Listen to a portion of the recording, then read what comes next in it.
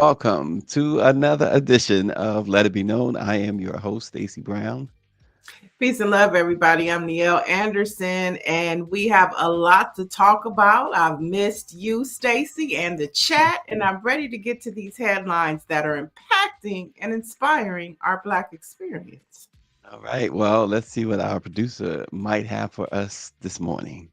Honestly, I was like, you've got to be kidding me. You're on the other side of the president for 1 week and you can't take the heat. Imagine what it is to sit in my shoes, to not only be on the opposite side of him, but to have people like her who are constantly fanning the flames.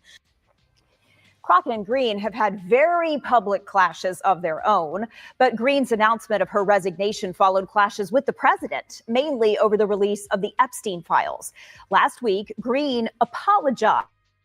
Well, there you have it. So Marjorie Taylor Greene, effective January 5th, 2026, she is gone from Congress. She cited the breakdown in her relationship with Trump, but she's still voting with him.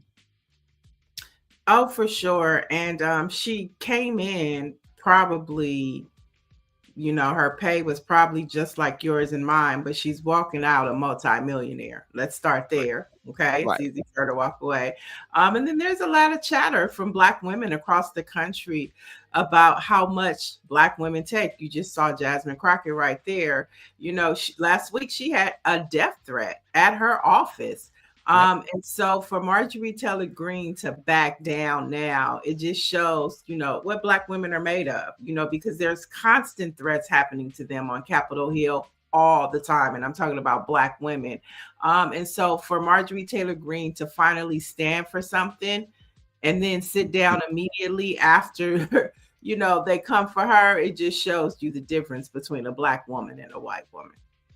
Yeah, and we know now Marjorie Taylor Greene has denied she has White House aspirations, but we know she has other aspirations, and we know as you make that comparison about Black women and white women, we know that if she wants to position herself as something else, it'll be a whole lot easier coming out of her skin and certainly out of her MAGA supporting ways. So But this is it's. not, as in politics, this is not how you do it.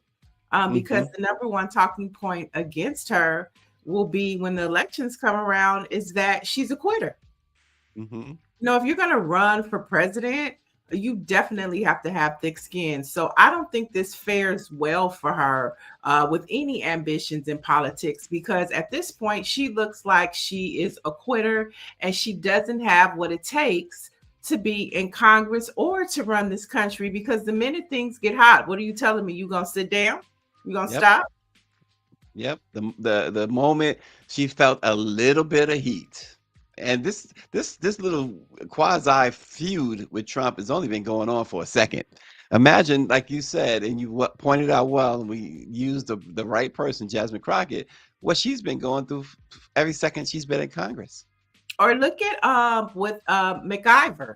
Well, she's been arrested and she faces federal charges. She didn't say this is too much for me. I have to step down. Right. So, it's like, girl, please. Plus, I really do think that the Trump admin threatened her. They have something on her. And that's my conspiracy theory, that they threatened her or a family member. Remember when the stock market dropped? She picked up a lot of stocks, so they could be using that against her, because that's what they're saying made her a millionaire. So it could be, she just stepped down, or they could be threatening her. But whatever the reason is, that is not how you run a district. That is not how you run a city, and it's damn sure not anybody we need to run our nation. Well, there was a year ago, it was just about a year ago now, where she claimed that she had all of this pedophilia type stuff against her Republican colleagues that she would release if they didn't leave her friend alone, Representative Matt Gaetz. So they all got something on each other. You play in the mud and you're gonna get dirty, and they all are filthy. Yeah. It's as I think simple as Jasmine that. Crockett said it best in that video as well. She was actually out here in California visiting First AME Church yesterday with Eric. I think you pronounce his name Swally, the Okay. Congress member that just announced that he's running for California governor. So he hit the ground running. And of course, one of the first places he went to was the Black church, because you know that no matter how much of a minority we are, we have a strong voting block, and Black voting power is real. So he found himself sitting right there at First AME Church in Los Angeles with Jasmine Crockett. Doctor Marilyn says nope. White women are made out of the house of cards. Aquarius says I don't care about Ric Flair leaving goodbye. Um, Ric Flair. Wow. Folks, on a more pressing, more serious note, we say farewell to H. Rap Brown. He did not wait for permission to define himself. Long before federal agents called him a menace and politicians wrote laws in his name, he was a young man from Baton Rouge who believed the country needed an honest confrontation with its own history. Before he died, long before he died at the age of 82 in a federal medical facility in North Carolina, he had already become Imam Jamil Abdullah Amin Al Amin, a name he adopted after turning to Islam inside Attica prison. He had said violence is necessary, it's part of America's culture, it is as American as cherry pie. He made those statements during the height of the Black Power movement. He grew up fighting his way to and from school. He was sent to a Catholic orphanage for discipline and learned early that resistance required both strength and wit. So he earned a nickname Rap for his unmatched wordplay on the streets of Baton Rouge. His political direction began with his older brother, Ed, who introduced him to the Nonviolent Action Group at Howard University, where H. Rap met future movement leaders like Cortland Cox and Stokely Carmichael. So H. Rap Brown has died at the age of 82. Yes, like Orangey said, he's become an ancestor now, and it's really important that Black spaces. I saw that Black No Chaser posted it over the weekend, so matter, because it's important that we preserve our history because nobody else will. So prayers out to his family, and you know, to his legacy and his contributions to the Black experience. Yeah, absolutely. And folks, as Niele brought out last week, it's become official. The Trump administration is making it significantly harder for graduate students across the country to fund their education, and they are jeopardizing their future careers by classifying some degrees as, quote, non-professional. Education Secretary Linda McMahon is implementing caps on student loans for degrees now deemed non-professional as part of Trump's big ugly bill. The education data initiatives note that 66% of Black graduate students rely on student loans compared with 47.4% of white graduate students. So this is aimed directly at students of color and particularly women. Oh, 100%. But I think, I mean, this is going to hit everybody because some of the list of degrees not classed as professional, as the Trump man is saying, is nursing, physician assistants, physical therapists, audiologists, architects. Okay, Black people are in there, but I know a lot of white architects that are going to be impacted by that. Accountants, come on, that's across the board. Educators and social workers. So I think it's a mixture of individuals that are going to be impacted by this. And this is, of course, some of the repercussions of Trump's big ugly bill. And so here we are really beginning to start to feel the effects of what is going to happen. We first saw it in SNAP, right? They took the SNAP away, and now they're saying you have to reapply. They're changing that. Now you have this job situation, and it is going to continue to happen.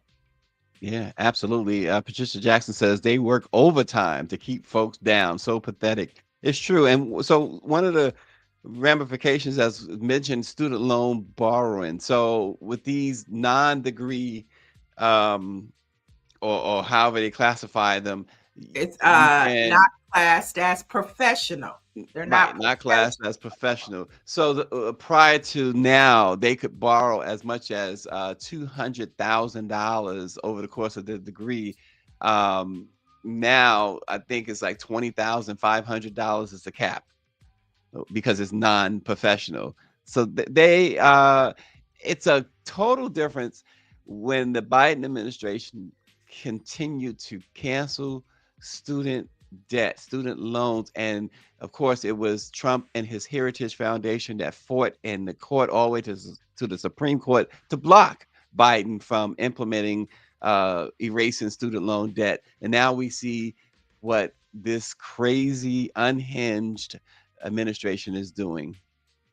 Yeah, for sure. I mean, and you look at this, and then you look at, I was reading this morning as well, that some of the TSA workers and air traffic controllers still haven't received their back pay.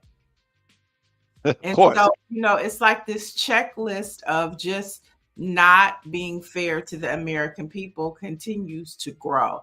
And so, when I was in DC last week, one of the things we were talking about was strategy, which is something that the Democratic Party lacks. But we're going into a phase now where traditionally Donald Trump would be considered a lame duck. And they really pushed that when Barack was in office, his last 2 years, going into his third, his second year into his, administration, the second term, they started calling him a lame duck.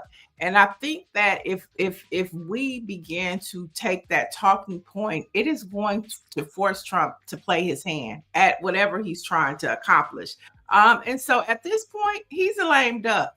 Nothing else that he can do is going to move us forward. It's time for us to start looking at who's the next president. And I'll say, let's start doing that sooner than later. Well, certainly the Democrats are looking at the midterms. They're hoping that they are able to not only wrest power in the House, but the Senate as well, as Al Green and a couple of others have designs on impeachment.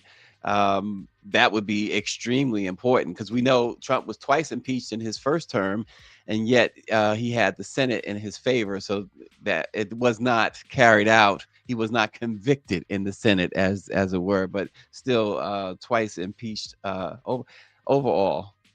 Yeah. But yeah, he's definitely a lame duck at this point. And so let's just start calling it out. Impeach. You can talk about impeachment, but at the end of the day, it's time for whoever is going to run for president. Let's start seeing who those candidates are next year. Because we are right. It's about that time around. Yeah, it's about that spring. time. Yeah. Winter, spring of Yeah, and so let's force his hand. Let's see, because we already know when we actually had the opportunity. So when we were in DC, it was the National Conference of State Legislators, right? So you had white, black legislators. We went out there with the black legislators. But on the first day, the Trump administration was all over that place, talking about their agenda, what they were going to do with immigration, SNAP, and the black legislators were coming out of the sessions hot as fish grease. Okay, they were pissed. And so the next day, all of the legislators were supposed to go to the White House. Not all of them, but a lot of them. And the president of the National Conference of State Legislators is a black man. And so a lot of the black legislators said, we're not going to let him go to the White House by himself.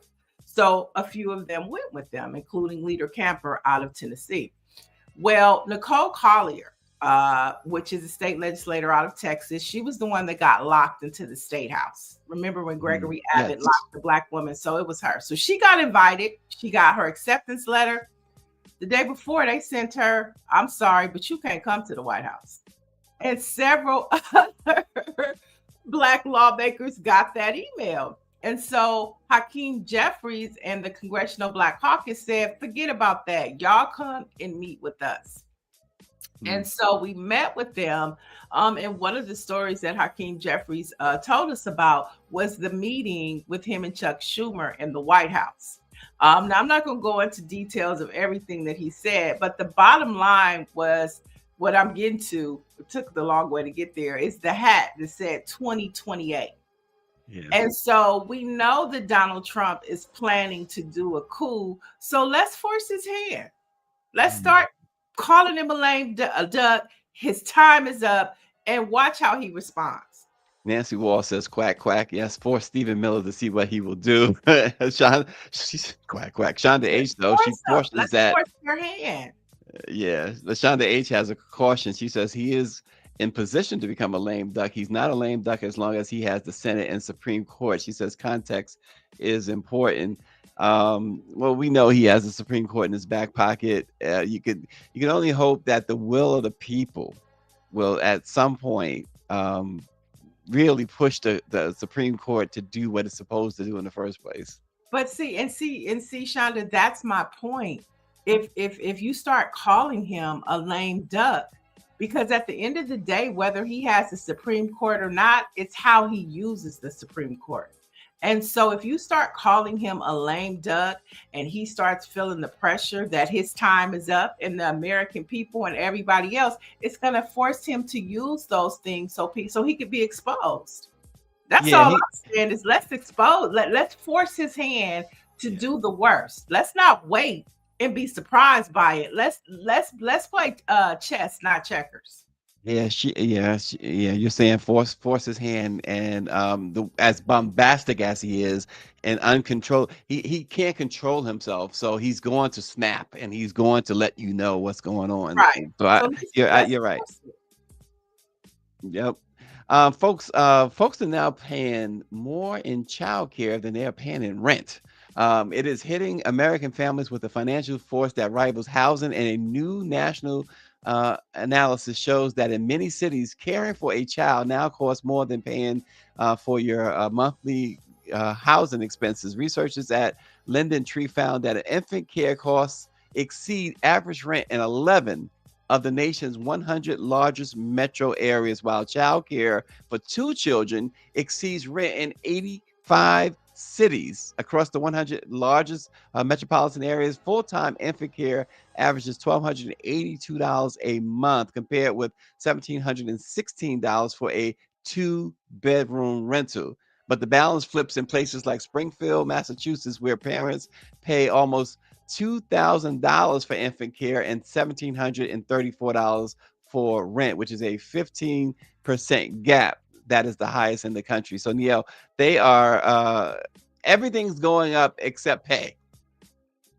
100%. Everything is going up except pay. And so, I mean, this is just 2026 is going to be very interesting, not just because of the midterms, but because of the impact of all of these stories. Like I read this morning also about how unemployment is up. Yep.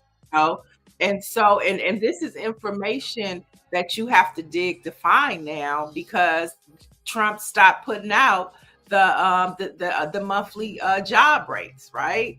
And so you have to dig for this information. But you know what you just said about things going up, jobs being decreased. This is setting up for the perfect storm for 2026, and how the people respond will be determined if we will continue to go the way that we're going, or we'll make the turn to get somewhat back to where we used to be. Well, if earlier this month, the elections earlier this month prove anything, it proves that there are people who right now are fed up. The question remains, the real test is next November. How fed up? Will they take it out on the folks who have helped Trump get to this point where they have just, everybody has been hurt. People who have supported this have been hurt, and they didn't think they were going to get hurt, obviously, the way that they are being hurt. But we will see. And don't let a whatever it is, $1,500, $2,000 stimulus type check, if that does indeed come, don't let that sway you. You know, one of the things I hate, Niele, when you heard like a Sexy Red or someone else say, well, Trump gave us that the stimmy, because he really didn't give you the stimmy, number one. But folks went with that. There were folks who actually went with that. Oh yeah, yeah. $2,000 ain't nothing no more. That's exactly. What's that There gonna was do for you? there's another statistic floating around that most Americans spend 50% of their paychecks within 48 hours. Ooh, that's an amazing stat. Within 48 hours, it's gone, half gone. Paycheck within 48 hours. Whoa, At least that's half. a testament to the cost of everything. Yeah.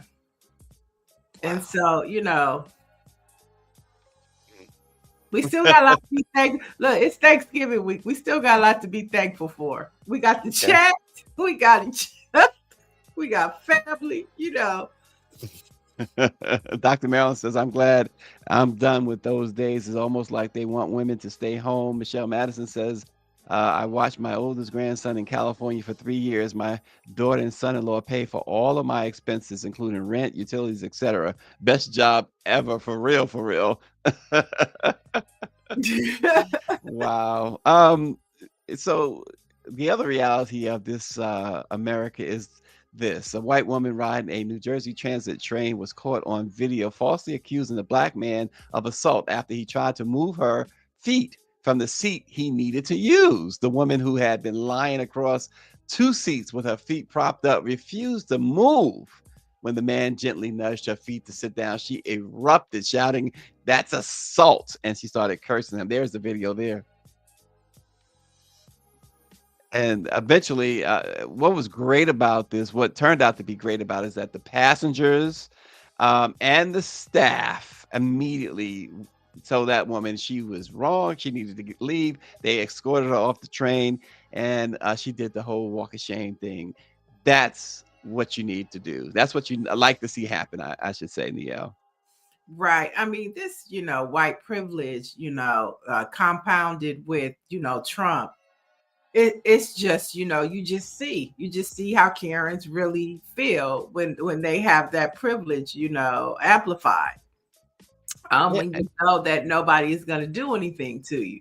And so, it's crazy. You could look at that situation. I think about the black mothers, the video that went viral of how she was treated by that white nurse, which we talked to one of the state lawmakers that presides over the district in Houston of that hospital, and we're going to have her on to talk about the work that she's doing to hold that hospital accountable, and how she even had a personal experience with that hospital. And wow. so, it's just, but back to what, the point of just how Black people are treated, not by just white men, but white women. Oh yeah. Oh yeah. And it was interesting that that woman referred to another white woman who was telling her how wrong she was as a Karen. She referred to her as a Karen. It's like, are you kidding me here? And that story is, so it's good to know that we'll be talking to someone who's experienced something like that. But allegedly, or at least reportedly, I should say, that the nurse and a doctor involved in that situation were both fired by the hospital. So Well, no, um, she hasn't been fired. You talking about the first young lady in the chair? She hasn't been fired. the lady, so one nurse, there's been reports over the weekend that a nurse and a doctor, I don't know, so there were two stories we talked about. I don't know if it's the hospital you're talking about. You remember there was two separate incidents, Yeah, I'm back to talking back about the one days. that was in the chair squirming. Okay, I'm talking okay. about her. Yeah. Yeah, No, the one that was that gave birth 10 minutes later in her husband's van, I yeah. think is the Okay. one, yeah, where they fired the nurse and a doctor, apparently, according to published reports over the weekend. So, Now, what but state is that in? Do you oh know? gosh, I did know. I know I'm trying to that. remember Stacey, I'm which. with you. The news cycle happens so fast and so rapidly. It's hard to keep up. It feels like Trump has been in office for 10 years. I'm Right. telling you right now. So Shonda H is helping us out here. That incident occurred in Dallas, not Houston. Yet this problem is not okay. So there was two incidents though, Shonda H. We're trying to remember. We know one of them happened in Texas.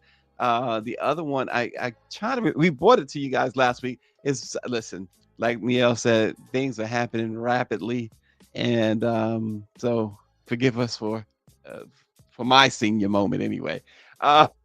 Let's lighten it up a little bit. I saw something in the root, Niele, that you would either like or Oh be wait, disgusted Shonda by. says it was. Shonda is on it. We need to get her Okay. as a producer so she can help us with this. Okay, I Indiana. like Got it. Good. it was Indiana. All right. There See, we go. Shonda H be keeping us honest in here. Okay. She is not Bring it. playing. Y'all better get it right. For you.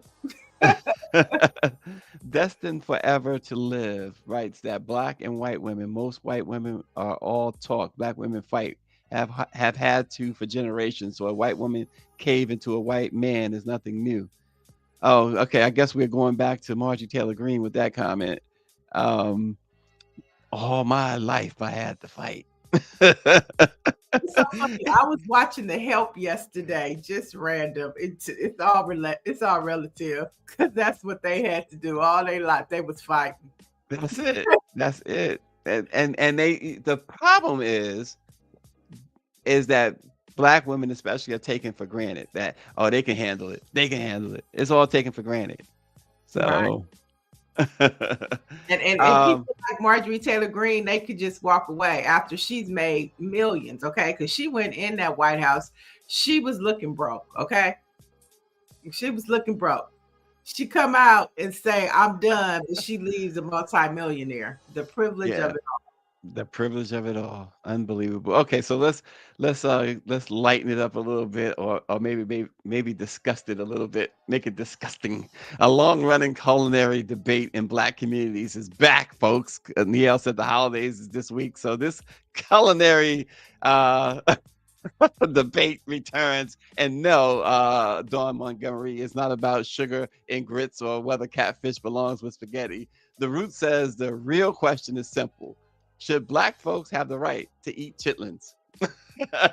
They are high in sodium and they smell terrible while cooking. And no, they should not be eaten regularly, they say, because of the risk of high blood pressure. But the Root notes that on special holidays, the answer is absolutely yes. Chitlins are more than another soul food staple. They carry a deep cultural weight in Southern black life dating back to slavery, when they were often prepared only during gatherings or holidays. So Niele, other than the no raisins in the potato salad that Stephanie Humphreys is writing, should black folks continue to consume chitlins?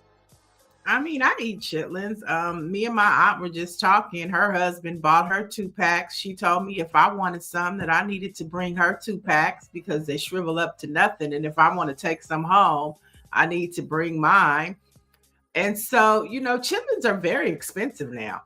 So, I mean, they used to be cheap, just like, everything else, but they are extremely expensive, So I'm saying they are the caviar of Correct. meal right now at the price. But yes, I will be going to get my chitlins and taking them to my aunt's house for New Year's. Yeah, I love it. But I only want to eat them really once a year, and it's during the holiday season, right? Okay. You get chitlins, some hot sauce, some collard greens, some fried chicken, some coleslaw, and a little sweet potato, and you're good to go. Grits, so don't ever ask if you can taste anything I'm eating. That's fine, but I love me some chitlins around this time of year. Oh my gosh. So Stephanie Humphreys channel, she says, I don't eat them, but eat your chitlins if you want to, but only in moderation. And Patricia Jackson says, you can't eat a lot because they start to make you nauseous. If you can't get it like a bowl of cereal. It has to be like a mixture of, like I say, like I have my meal. I love it. And what do you eat them with? Where do they go? They laugh at me because I want to go get a bucket of Kentucky Fried Chicken and the coleslaw. And then I have to have some collard greens, a little sweet potato, Um, and that's my meal, and I love it. Do you put hot sauce on it? Of course, you can't eat chitlins without hot sauce. Patricia Jackson said yuck, but if you enjoy And the them, good go thing for about it. it is they actually come clean now. I remember before as a little kid, my grandmother would be in the sink cleaning up and cleaning up. And my grandfather would be like, nobody eats these chitlins unless you get in here and help your grandmother clean them. And we used to be like, we used to leave the house. When the chitlins came, everybody had something to do. Okay. Oh my gosh. But why is it, that why do folks even bother with them? That most people are repulsed by it, by the smell and stuff like that. Why do people bother with them? What do you think? Because they're Chat, tell us. good. They're good. You know what? And I think it's a cultural experience too. Like I had my friends and family giving this weekend, and I made gumbo. And one of the things I talked about was how, gumbo used to just be something that we would make at, within our culture because we didn't have anything else. And it was just this big pot of stuff, right? Now you go try to get a bowl of gumbo and it's $70. That's a And for us shame. back in the day, it just used to be a survival meal. Lydia Mathis says it's traditional. The, Stephanie Humphrey channel writes that this is reminding her of the Cosby Show episode when Cliff was cooking and he scooped out a cow's tongue, and Theo said, "I don't want to taste anything that can taste me." Yeah. Destiny said cabbage does not smell good cooking, but they sure taste good, and that's just how chitlins are. They don't smell Uh-oh. good, but they taste good. So Mike V says he sees you and Kamala Harris washing out collard greens in the bathtub. No, She said, no. I don't Grizz, wash my greens in the bathtub, but if oh, Kamala bathtub, does, that's crazy. more power to her. More power to her. Gria says, don't kiss her on the cheek or nothing. She says, don't need no directions on how to not eat pig's intestines. A good gumbo can get expensive, Shonda says. Perfect soup for cold winter day. Yes, and Shonda, the pot was empty. I had to go. It was nothing but roux left in that pot. So I went yesterday and got me some more seafood, and I make my own batch because I didn't get any. See, we're getting an educational lesson too, because RNG, now he's back to Power 96. Come on, man. He says the gumbo comes from the word gumbo, which means okra, and it comes from West Africa. Do you like okra? Yes, I started putting okra in my gumbo because I like a thicker roux. And it helps it thicken up. So yeah. I have a brother who used to love, probably still does, okra. We used to always like, man, why are you eating that? It's so It's just slimy looking. it's so slimy. I just when I was growing up, all I could think about was saliva, and I just did. But now, as I'm older, I chop that okra up real good and put it in that gumbo. That's about the only place you're gonna find me eating okra, and you can't even taste it. It's more for the thickening of the consistency, not really for the taste. Oh, okay. So is all this stuff gonna be on your table this week? Oh yeah. So like I said, I had my friends giving. I made gumbo, I made black eyed peas, and I made red beans and rice. And then we had the fried chicken. And so yeah, so that we started it off that. I still have some left. And then it's just gonna continue in Thanksgiving, and then we're gonna go on to Christmas, and then on New Year's we're gonna have our chitlins. Okay, so RNG says eating gumbo without okra is just soup. And Van Rick Tony says we should try Indian okra dishes. He says you're gonna love it. Have you ever had anything like that? Indian okra? No, I'm not an okra eater. That's not Okay. that's not my calling. I'm more of a chitlin girl.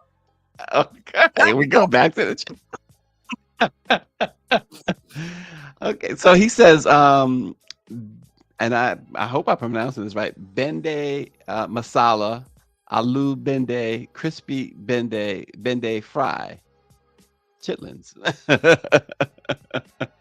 All right. Listen, nasty but tasty, he says. Okay, gotcha. All right, Nia, what else you got this morning?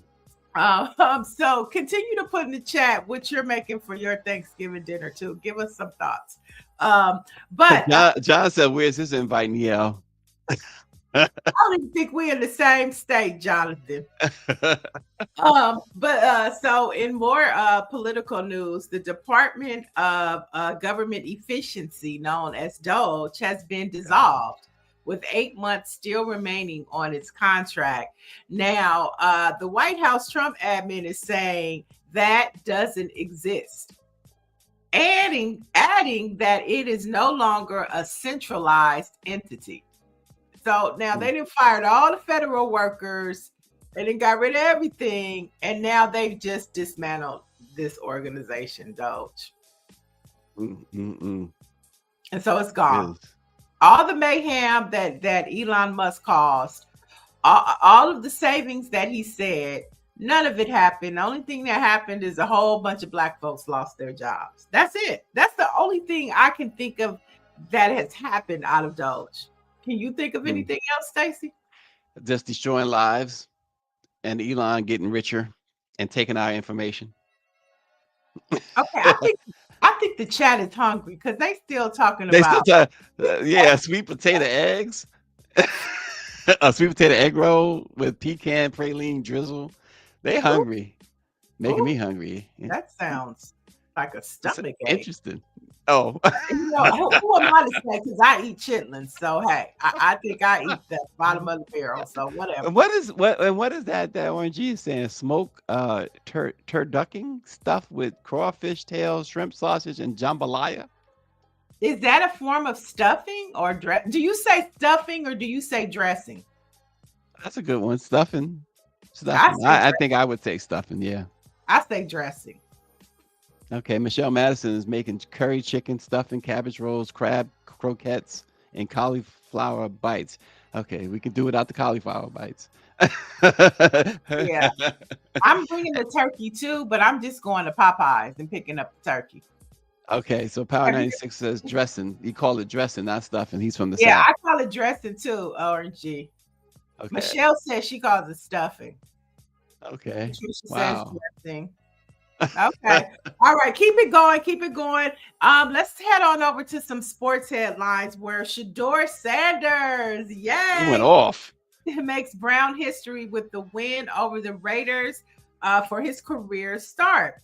Now, no Brown rookie QB has won his first start since 1995. And he became the first Brown rookie quarterback to win his first since that year. And so the headlines and social media was going crazy for Shedeur yesterday. And I think it had a lot to do with how he was treated.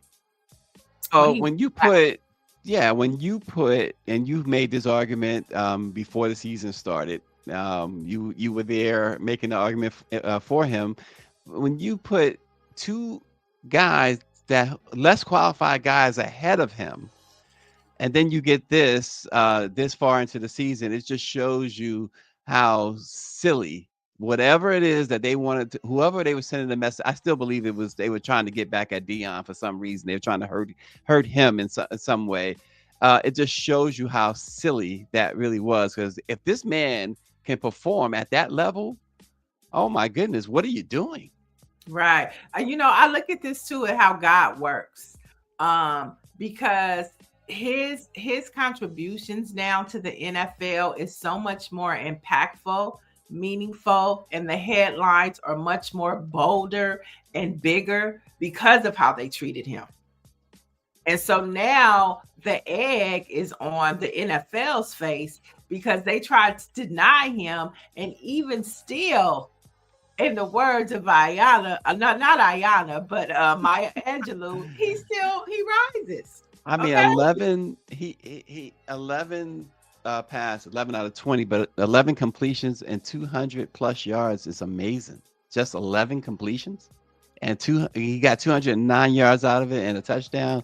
There is one little small blemish of the interception, but my goodness, to be in his position and to rise up and put on that type of performance is nothing short of amazing. And when they asked the coach yesterday who would start next week, he didn't have an answer. Yeah, and that leaves Patricia Jackson's question really good. Do you want to win or stay in hate? And from my understanding, I mean, I only pay attention to the Browns when I see a Shador headline. They were on a losing streak, right? Yeah, they've been bad, yes. And And to so have this talent on the bench being bad says that ownership has a problem. And so the minute he steps on the field, not only does he bring the win, but the Browns are now the headline for NFL Sunday. Okay. And now people want to go to the games. Deion Sanders was there yesterday. So part of, being in the league is having star power and bringing people out.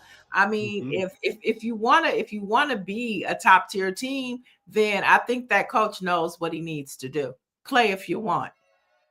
No, you really have no choice but to play him next week. It's that simple. Lauren says idiot coach didn't even give him a game ball. It's what shows you. It shows you that this is not about Shador and his ability or inability to perform. This is personal. And it shouldn't be. It's crazy. It's crazy, but I love how God works. You know what I mean? I mean, look at God. In the words of Corinne Harthon, look at God. Now he is the head. Out of all the games that happened yesterday, everybody's talking about this one right here. Yeah, the problem with the NFL is that there's such a plantation mentality at the NFL, that it matters to an extent, but not really, in the sense that they are so hard-hardened and they're still so anti. I hate to say it, but they're so anti-black, anti-young and black for sure. And anything that they do that adversely affects an African American player, they get away with. I mean, look, Colin Kaepernick. That's something that they should never have been able to get. That collusion. I know he has the lawsuit going still, and I think he should win that lawsuit eventually. But they feel like they can do whatever. It's a plantation mentality in NFL. Well, I mean, and it's a lot of hypocrisy too, because one of the things that came out a couple weeks ago was that, Colin Kaepernick, they said he was making a political statement and it didn't deserve to be on the field. Yeah. If you let Donald Trump come to the Commanders game and make a political speech. So which one is it? Which one is it? And so, yeah, I hope that Colin Kaepernick does win the lawsuit, but I also like how he trolls them. When anytime you talk to him, he says, I'm still ready to play. Anybody want to call me up? I'm available. I still, I'll be on the bench. What you want to do? I'm here. Yeah. Power 96 says personal is an understatement. This was designed to crush the hope and dreams of a black man and his son from accomplishing their ancestors' wildest dreams. Yeah, and Deion was there yesterday. It was a beautiful sight. I loved it. And like I said, I haven't even paid attention to the season, but every time Shador shows up, he shows out, and they hate it because they can't break him. And even his responses in the press conference after post game, and just it was humble, but it still had that prime time flair to it. And I loved it all. Van Ricky Tony, all the way from India. Welcome. Come on in. Welcome to Let It Be Known. Is he from India? He says, I'm from India. Now, I don't know if he's in India. Are you in India right now, Van Ricky Tony? And good morning, Lauren Burke. Lauren Burke is checking in. The one and only. Yep. She says they would rather lose than admit they were wrong. 100%. Yeah, and Mike V mentions that they let Trump and Vance invite Daniel Penny to a game as well. Exactly. So there you have it. So we'll be paying attention to see now. Guess what? Everybody's going to be paying attention to the NFL next week just to see if Shador starts. Just to see. I know that's why I'll be paying attention. And last headline for today is the Transportation Security Administration, TSA, is proposing an $18 fee for travelers without a real ID to pass through airport checkpoints. Now, the fee would cover costs associated with new technology needed to verify the passenger's identity, TSA said. So now, if you don't have a real ID, they're going to charge you $18. So I guess this was a phase in rollouts. The first they warned you. I don't have a real ID yet, so I travel with my passport. So now I guess this is going to force me to go get that real ID because I wasn't going to get it till my driver's license expired. But I guess now I have no choice. I don't move because they move. When I move, you move. Oh boy. All right. Some Black history facts, folks. On this date in 1880, Southern University was established. The HBCU, a trailblazer in the higher education community, has more than 30 academic programs awarding bachelor's, master's, and doctoral degrees and representation from more than 20 countries. Southern University is truly a melting pot for culture, education, and services. Its arts, nursing, engineering, computer science, and business programs, among others, continue to grow to become among the best in the state and, of course, across the country. So Southern University was established way back on this date in 1880. Yeah, and of course, Southern University is getting ready to go against Grambling State University this Saturday at the Bayou Classic. And everybody know who I'm going for, GSU, baby. Oh, boy. And let's head. We need to ask RNG who's the favorite in that game. RNG, let us know who's the favorite in that game. Well, it doesn't matter. The favorite is Grambling. Okay? That's all. That's all. There's no, huh? She said what she said. She says Grambling. Okay. All right. And on this date in 1870, Robert Abbott, the founder of the influential Chicago Defender newspaper, was born in Georgia. Yeah, the Defender. Wow. When folks say, you still have a couple of folks who say, Black press, what is Black press? And then you say Chicago Defender. It's like, you cannot, folks, be Black in America and not know about the Chicago Defender. For sure. It was actually the Chicago Defender was part of the migration to the Midwest. So when people were leaving the South, that paper was on the trains. And so that was the way that you stay connected to what was happening to, folks leaving the South and building better lives in the Midwest. And so it was a tremendous, important paper. And you can really learn about that when you go to the Smithsonian in DC. So it's a very important paper with the Black experience here in the United States. Can't get around it. And there you have it, Niele. Power 96. RNG says Southern has interviewed Marshall Falk for their next head football coach. And he says, fun fact, the first Galloway from Southern University in 1944. And here you go. He says Southern will upset Grambling.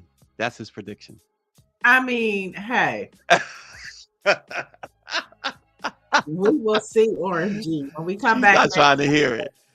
We will see. Okay.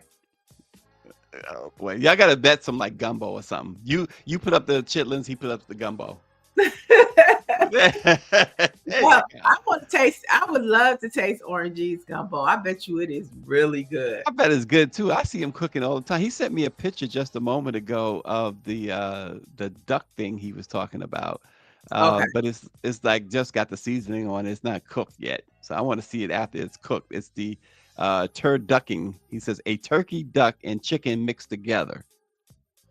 I guess that's how they feel about chitlins, because I'm like, I don't know about that orange. So you got turkey, duck, and chicken all mixed together.